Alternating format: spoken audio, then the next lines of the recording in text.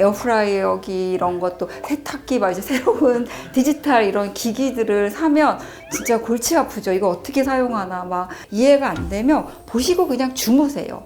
주무시고 나면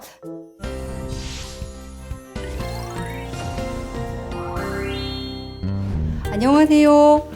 이은하 박사의 치매를 부탁해. 이 책의 저자 신경과 전문의 이은하입니다. 제가 이번 시간에는요, 여러분들에게 기억이 좋아지게 하는 방법에 대해서 알려드리도록 하겠습니다. 지난 시간에 기억에는 감각기억, 단기기억, 작업기억, 장기기억으로 이제 분류된다고 했습니다. 그러면 기억력을 좋게 하려면 어떻게 해야 될까요?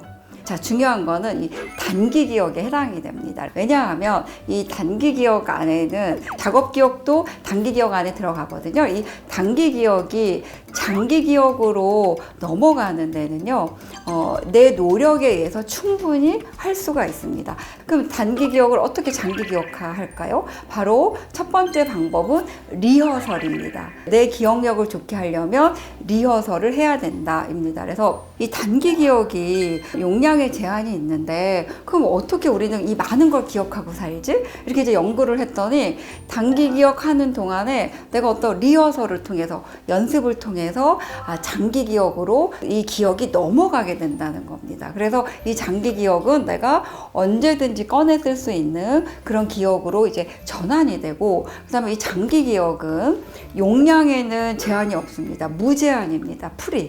그래서 단지 이 장기 기억으로 넘어갔을 때 이제 얼마나 정확하냐, 뭐 이제 이런 왜곡됐냐, 이런 것들은 감정의 어떤 이입이라든지 그 다음에 이제 만약에 치매가 심해지면서 세포들이 이렇게 사멸이 되면 그 장기 기억도 이렇게 없어지는 거겠죠. 그런 일이 벌어지지 않는 한 사실은 이 장기 기억은 무제한 용량으로 이렇게 우리가 이제 사용할 수가 있습니다. 그래서 이 단기 기억을 우리가 장기 기억으로 바꿀 때 제일 중요한 게 이제 리허설을 많이 하라입니다. 이 리허설이라는 건 뭐냐면요, 우리 여러분들 이렇게 발표회를 하거나 뭐 공연을 하거나 그럴 때 뭐 한다 그러죠?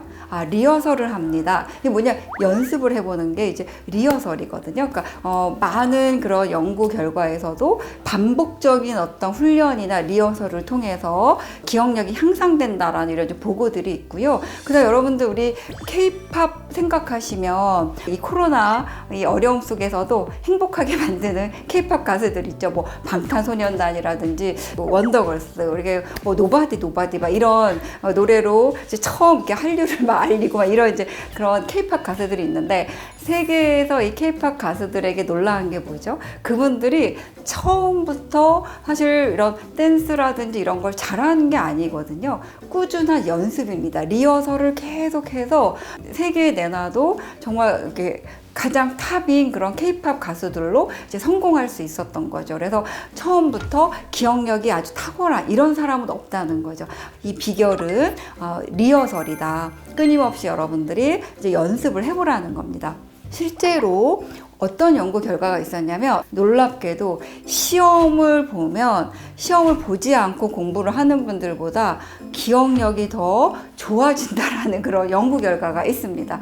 기억은 내가 어떤 정보를 얼마나 반복적으로 강화시키고 사용했느냐에 따라서 차이가 난다라는 겁니다. 그래서 혹시 시험을 앞두고 있는 분들은 너무 스트레스 받지 마시고, 이게 내 기억력을 좋아지게 하는 거구나 라는 생각으로 위로를 좀 받으십시오. 우리 저한테도 오셔서 원장님, 내가 이 나이에 공부를 시작했는데 이거 내가 정말 잘못한 거죠? 나 정말 암기가 안 돼서 너무 힘들어요.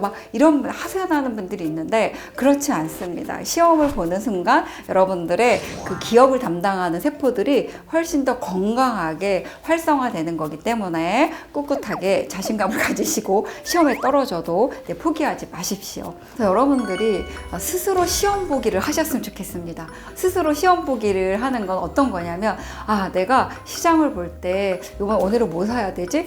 토마토 사고, 딸기 사고, 양배추 사고, 그다음에 귤도 사고, 계란도 시장도 사고 미역도 사야지 이렇게 이제 생각을 했잖아요. 그러면 내가 시장 봐야 될 것들을 한 번씩 테스트를 해보는 거죠. 그래서 모든 일상생활에서 여러분들이 시험 보기를 서로 하셨으면 좋겠습니다. 두 번째는 충분한 수면입니다. 그래서 우리가 기억력을 좋게 하려면 이 잠이 굉장히 중요한데요. 하루에 7시간에서 8시간 정도 주무시면 단기 기억이 장기 기억으로 전환하는 그런 시간이 충분합니다. 한 연구 결과에서 이제 밝혀진 건데요.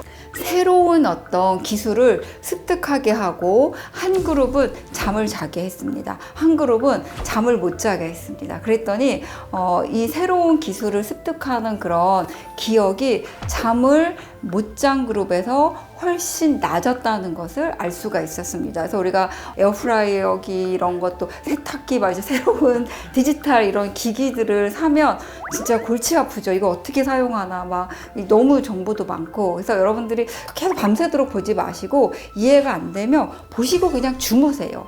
주무시고 나면 내가 그 자기 전에 봤던 기억들이 내 머릿속에 남아있다는 겁니다. 그래서 여러분들이 이런 충분한 수면 시간은 기억력을 좋게 하는데 필수다라는 것을 이제 잊지 마셨으면 좋겠고요. 세 번째는 오감을 이용한 기억 자극입니다.